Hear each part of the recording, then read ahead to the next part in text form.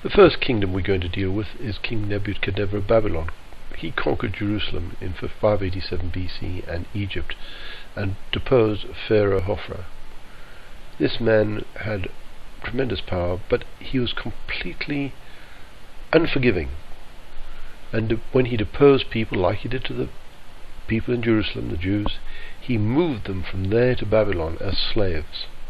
And when he conquered Egypt, he deposed the Pharaoh and literally deposed and moved everybody out of that land. So there's a different race of people there today from the actual Egyptians that were there at that time.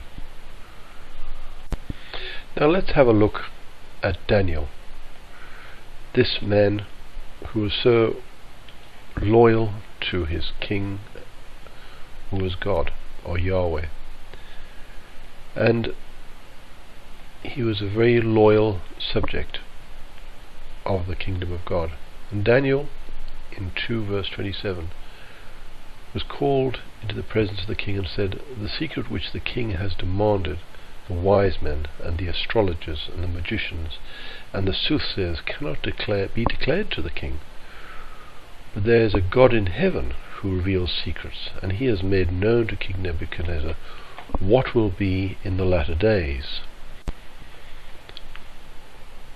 This here is a depiction of the statue of Nebuchadnezzar's dream that Daniel interpreted.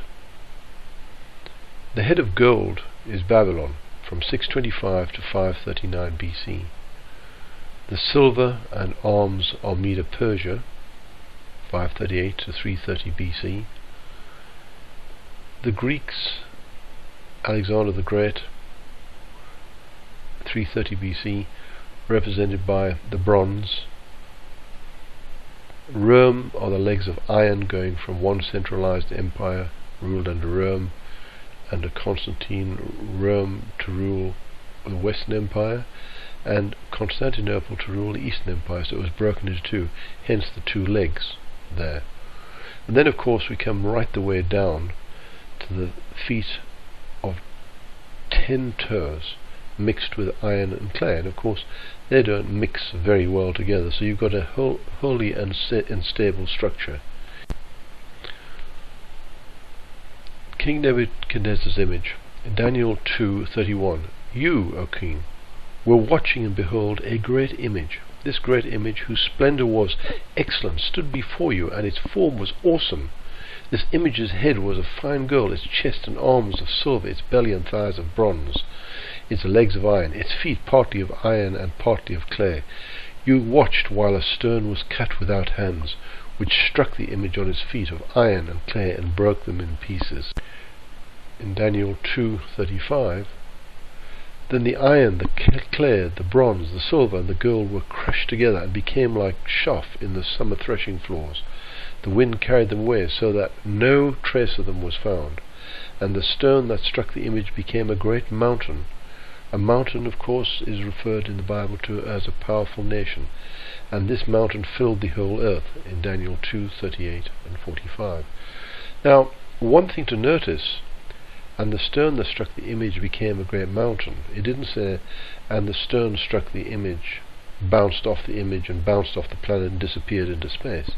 It happened immediately. Then the stone struck the image and became a great mountain. There was no hesitation there, and it filled the whole earth. This is the interpretation of the dream. This is the dream. Now we will tell you interpretation of it before the king. You, O king, are a king of kings. In other words, he was an emperor. "For the God of heaven has given you a kingdom, power, strength, and glory. And wherever the children of men dwell, all the beasts of the field and the birds of the heaven, he has given them into your hand, and has made you ruler over them all. You are this head of gold.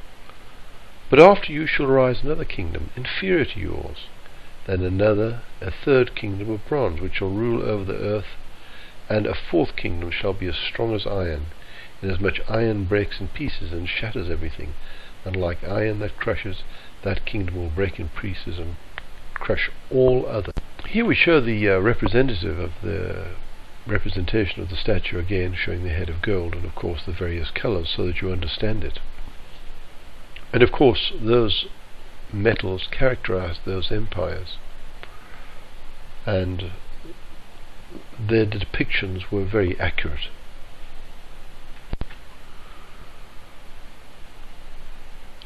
Daniel 2:41. Whereas you saw the feet and toes partly of potter's clay and partly of iron, the kingdom shall be divided, yet the strength of the iron shall be in it. Just as you saw the iron mixed with ceramic clay, and as the toes of the feet were partly of iron and partly of clay, so the kingdom shall be partly strong and partly fragile. As you saw iron mixed with ceramic clay, they will mingle with the seed of men, but they will not adhere to one another, just as iron does not mix with. If you look at the bottom of the feet, you can see they look pretty dirty. Now, how could you put a whole statue up? It's completely unbalanced. In other words, it's come to the end of its tether. It's run out of quality. It's ready to fall, and that's where we stand today. Daniel 4 verse 44. And in the days of these kings, the God of heaven will set up a kingdom which shall never be destroyed, and the kingdom shall not be left to other people. It shall break in pieces and consume all these kingdoms, and it shall stand forever. Inasmuch as you saw that the stone was cut out of the mountain without hands, and that broke in pieces the iron, the bronze, the clay, the silver, and the gold, the great God has made known to the king, that was Nebuchadnezzar, what will come to pass after this. The dream is certain, and its interpretation is sure. Now, this is a very important verse for those who believe in the rapture. Now, it says that the kingdom will be established, and that it will not be left to other people.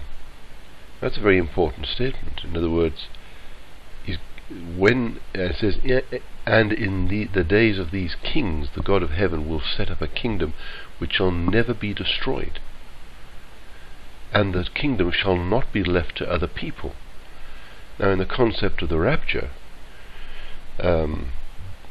you would have to sort of look at the stone that hit the statue as bouncing off the earth and disappearing into space, with the hope that it would come back again. But it doesn't say that here. It says that it shall not be left to other people. In other words, the kingdom is going to be established, and as you can see, the kingdom occupies the earth immediately, and it will take over all the existing kingdoms. So why would God destroy all these kingdoms and then recreate them in all their rotten ways, and then force them to try and kowtow? That doesn't make sense. So he's not going to destroy everybody on the planet and all the people on the earth. What is going to happen is the end of the present age, and then he's going to, as he said, rule with a rod of iron, and he's going to be ruling through his saints, and the saints who have been, a lot of them, highly trained. If you couldn't say that people like Daniel, who was given options on huge money, wasn't well trained. He dealt with probably the most difficult people, most arrogant kings on the face of the planet to get his way, and so he knew how to do these things. And David was a very successful king. Yahweh said so. He said he was a man after my own heart. He had problems. So did Moses have problems, and this is always the hope, to know that a man like Moses, who was used by God so effectively, had killed a man, and he'd obviously done a lot of other things that were wrong in his life. And of course the same with various other men who lived through time. They were not perfect men. They all had problems.